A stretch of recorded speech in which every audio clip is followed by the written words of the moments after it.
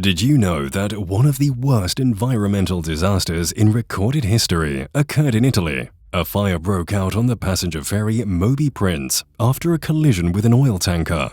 Everyone on board perished except for one young man who survived miraculously. Not only was the incident avoidable, but to this day, the authorities have not been able to fully identify the cause of that disaster. Welcome back to Facts Fanatics. We are dedicated to bringing you the most shocking and downright unbelievable real-life incidents that stun the world. Today, we're going to discuss the Moby Prince, an Italian passenger ferry which hit an oil tanker, a Abruzzo, in April 1991. This caused an oil fire on the deck of the Moby Prince, prompting the crew to immediately call for help and lead the passengers to a fire-safe room. The Moby Prince was only mere minutes away from the port where it had started its journey, and the fire was moving slowly. Nobody would have thought that only one person would survive this minor mishap. It seemed that everyone on board would be saved with plenty of time to spare. Let's begin with the Moby Prince. It was built in 1967 in an English shipyard near Liverpool. A Dutch company first used it to travel from Holland. In 1984, Navama, an Italian shipping firm that operated multiple routes between the French mainland and Italian islands, purchased the ship. In April 1991, clear skies and calm seas prevailed as 75 passengers boarded the ship, joining the 65 crew members who were already on board. The ferry was reasonably quiet, given that the ship could accommodate a maximum of 850 passengers. At 11:03 p.m., the Moby Prince took off. Nothing seemed unusual as it left the Livorno harbor in Italy on its regular journey. Minutes after the ferry left the harbor on its usual route, its bow hit the Abruzzo, an oil tanker which was at anchor. The impact of the two ships resulted in a gaping hole being created in the tanker's number 7 tank, and thousands of tons of crude oil started rushing out. Oil spread onto both ships and into the water. The collision caused the two ships to become entangled briefly. As a result, the captain of the Abruzzo moved his ship to untangle the two intertwined ships. However, although the ships became unstuck, even more oil started to come out of the damaged tank. The crew of the ship Abruzzo was able to maintain control following the collision, but the team of the Moby Prince was not so fortunate. The oil sprayed onto their boat caught fire almost as soon as it hit, turning it into a blazing fire. The crew was forced to leave the control room. They had to act so quickly, and in their haste, they forgot to turn off the engines. So with its flames going strong, the Moby Prince kept moving, slowly away from where it had collided. The scene on the passenger ferry was wild because the fire spread across most of the deck, making it impossible for the people to leave in life rafts. Instead, crew members gathered people in the deluxe hall inside the ship. This was a specially designed room with fireproof walls and doors.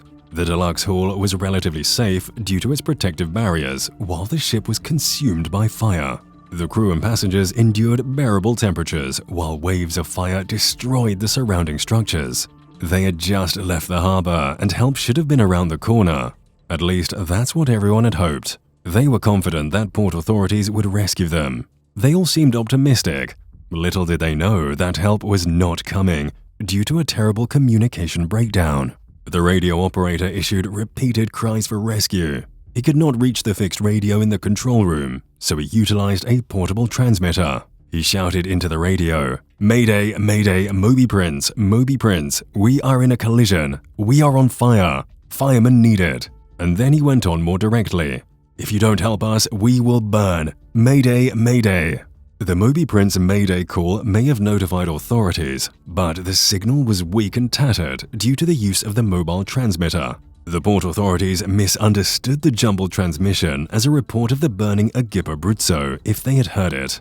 Indeed, rescuers had been dispatched from the mainland, but they assisted the Abruzzo. The tanker had caught fire, and everyone on board worked tirelessly to put out the fire. Nobody was on the lookout for the injured Moby Prince. For some reason, the Abruzzo's captain incorrectly stated that the incident occurred with a tiny tugboat, not a large passenger ferry. The port authorities, unaware of the situation, thought putting out the fire and saving about 30 crew members on board the Abruzzo was more important than looking for the other vessel involved in the crash. They thought it was a small tugboat with only a few people. Consequently, nobody was hunting for the Moby Prince due to these communication breakdowns. Nobody was aware that there were individuals on board who needed immediate rescue. It took an hour before the burned-out hulk of the Moby Prince was found by a tugboat in the vicinity. The tugboat that found it also saved the only survivor of the disaster. Alessio Bertrand was a young man on the ship. He had been separated from the rest of the passengers and crew. He was located at the back of the ship, hanging on for dear life at the stern railing, and couldn't move because fires blocked his way. The tugboat immediately called for firefighters to aid the distressed and mangled Moby Prince. By the time rescuers boarded the stricken ship after putting out the massive blaze, morning had nearly dawned. It was then that the authorities could carry out any significant rescue operation. Sadly, at this point, there was no one left alive to save. All the remaining 139 people on board were found dead, but they hadn't been killed by the flames. Instead, most had choked to death. The rescuers found that the crew of the Moby Prince didn't have time to turn off the air conditioning system before running out of the control room. As the ship burned, this system pumped carbon monoxide and other poisonous gases into the deluxe hull, killing the people hiding there. While most of the victims were discovered in the fireproof hull, some bodies were found on the deck. Despite the devastation around them, they remained unburned. Those people thought they had made it through the choking fumes in the deluxe hull and then tried to escape. Who knew that they too would be killed by the heat from the blazing fire as they tried to cross the deck? Was there any chance that precious lives on the Moby Prince could have been saved? Would it have mattered if the authorities had listened to the radio operator's calls for help? Had the rescue forces been vigilant, they could have saved the choking passengers. Well, the answer is yes. There was a good chance that most of the people on board would have lived. Following the disaster, an investigation was undertaken. It was a complicated one with few definitive results. Some people claimed that the incident was affected by poor visibility induced by localized fog. But some credible witnesses disagreed with this assessment. They said that the night was clear and it was pretty easy to see. Also, the Abruzzo may have been anchored in a no-anchor zone. But because there were different reports, it was hard to decide on this point. As crazy as it may sound, a claim circulated in the media that the crew of the Moby Prince had been distracted by the football game broadcast. However, this was disproved once the lone survivor was questioned. With so many unknowns, it was almost impossible to figure out who was to blame for the tragedy. Several people were charged with neglect, including crew members from the Abruzzo and Port Authority employees. But in the end, all charges were dropped, or the accused people were cleared of wrongdoing. Even now, tragedy is still a big part of people's minds. Many people feel that questions haven't been answered, and no one has been punished. While the whole truth about every detail of the Moby Prince disaster may never be discovered, one thing is for sure. This was a disaster brought on by a series of mistakes, each of which had far-reaching effects. When the tanker hit the ship, it spilled tons of oil into the water. As a result, the accident was one of the two worst environmental disasters in Italian history since World War II. The oil polluted about 130 kilometers of the surrounding coastline, mainly in the north.